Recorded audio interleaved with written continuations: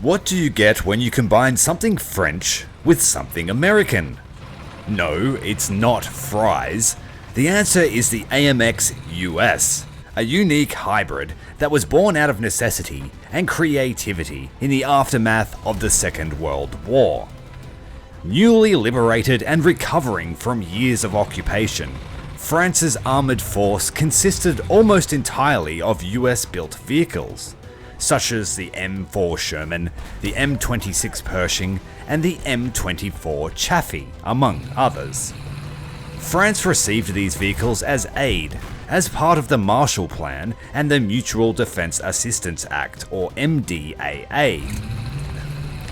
These aid packs also financed the reconstruction of France's economy and armed forces from 1948 until the late 1950s. In April of 1949, the North Atlantic Treaty was signed and NATO was born, resulting in the United States extending the MDAA. This resulted in France receiving even newer vehicles such as the M47 Patton II tank. In total, France operated around 1,250 M24s, which were identical to their US counterparts. The Chaffee proved to be versatile and effective in various combat scenarios. It had a 5-man crew, a 75mm gun, torsion bar suspension, and a top speed of 60 km per hour. However, by the late 1950s, it was becoming obsolete and needed an upgrade. The French military began investigating ways to efficiently upgrade the aging light tank. Initially, this led to the mating of the FL-10 oscillating turret to the hull of the Chaffee. While cheap and feasible, this configuration never went further than trials, and this was largely due to a perceived safety issue with the high explosive rounds fired by the CN-75-50 cannon. Inside the FL-10 turret, the CN-75-50 was fed via an automatic loading system, which was reloaded externally. If an alternate shell type needed to be fired, for example high explosive, it had to be loaded into the breech manually by the commander. This was a tricky task in the tight confines of the turret on the standard AMX, made worse by the notoriously sensitive fuse of the high explosive rounds. This process would be even more dangerous on the smaller hull of the Chaffee. As a result, the inverse of this mounting was decided upon, mounting the Chaffee's turret on the MLE-51's hull. By 1957, work on the inverse of mounting the Chaffee turret to the AMX hull had begun. This was seen as a safer and easier alternative. It was also a convenient way to recycle useful Chaffee turrets by separating them from their worn hulls. It also created a vehicle lighter than the regular Chaffee, meaning that it was easier to transport. The M24 turrets went through very little modification for their installation, retaining all of the same main features. The only modification necessary was the introduction of an adapter, or collar, to the AMX hull's turret ring.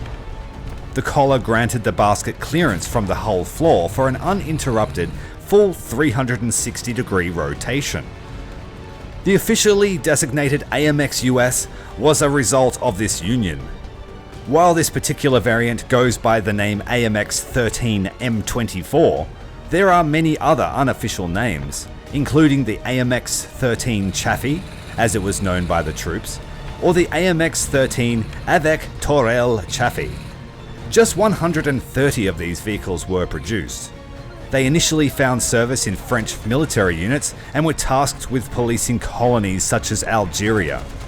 They eventually found use as driver training vehicles once they were discharged from frontline service. Introduced to War Thunder in the Starfighters update, the AMX-13 US is a light tank that performs similarly to the AMX-13-75 FL-11 and costs 1,150 Golden Eagles. The AMX US boasts exceptional mobility, featuring high top speed, agile turning capabilities, and impressive climbing prowess. Equipped with smoke launchers for tactical cover and featuring the engine at the front, it ensures crew protection in head-on engagements. Sharing the same gun as the M24 tanks, it offers versatility with various shell types and formidable penetration power. Its outstanding gun depression facilitates firing from behind ridges, while the M61 APC-BC shell delivers devastating blows to enemy vehicles. With a fast turret traverse and a pintle-mounted 50 cal MG for air defense, and limited anti-tank capability, the AMX-US excels in tracking targets and scouting missions. Unfortunately, it does not have a gun stabilizer to enhance its accuracy on the move. It does come with drawbacks, including light armor overall and a vulnerable turret base. The tall turret layout contributes to an unstable cannon pitch and recoil effects, making it challenging to maintain accuracy after firing. Acquiring targets after braking is slow due to hull instability, and its tall silhouette and poor reverse speed make it susceptible to enemy fire. Furthermore, its ammunition capacity and reload time can pose limitations in a long fight. You don't usually have to worry about ammo detonations, as anything that explodes inside this tank will generally kill everybody anyway. Anything that hits the sides tends to pass through, so it can be an adamant tank. The key is to stay out of direct fights, time your engagements, and be sneaky breaky. Well, that was close. You don't want to be caught in an artillery barrage in a light tank. Got a friendly up here in trouble. Let's head up and see if we can help him. He's got repairs underway. He should be okay.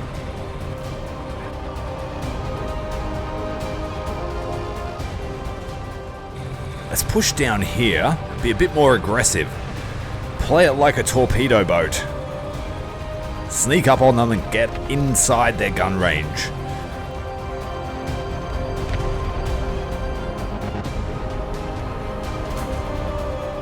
There's one, get him. Critical hit, let's try and finish him off. Whoa, KV-1. Land battleship. Get nice and close. Fire! Oh, nice kill. Oh, there's our Panzer coming. He got our gunner reverse. Drop smoke. Drop smoke. Yep. Got it.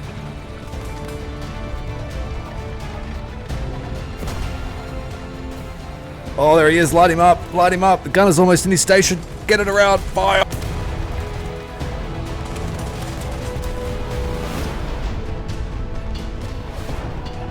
Fire, fire.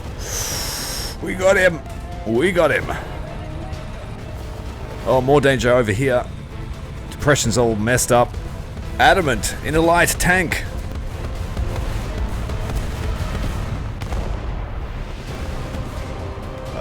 What now? Charge, I guess? Teamwork abounding.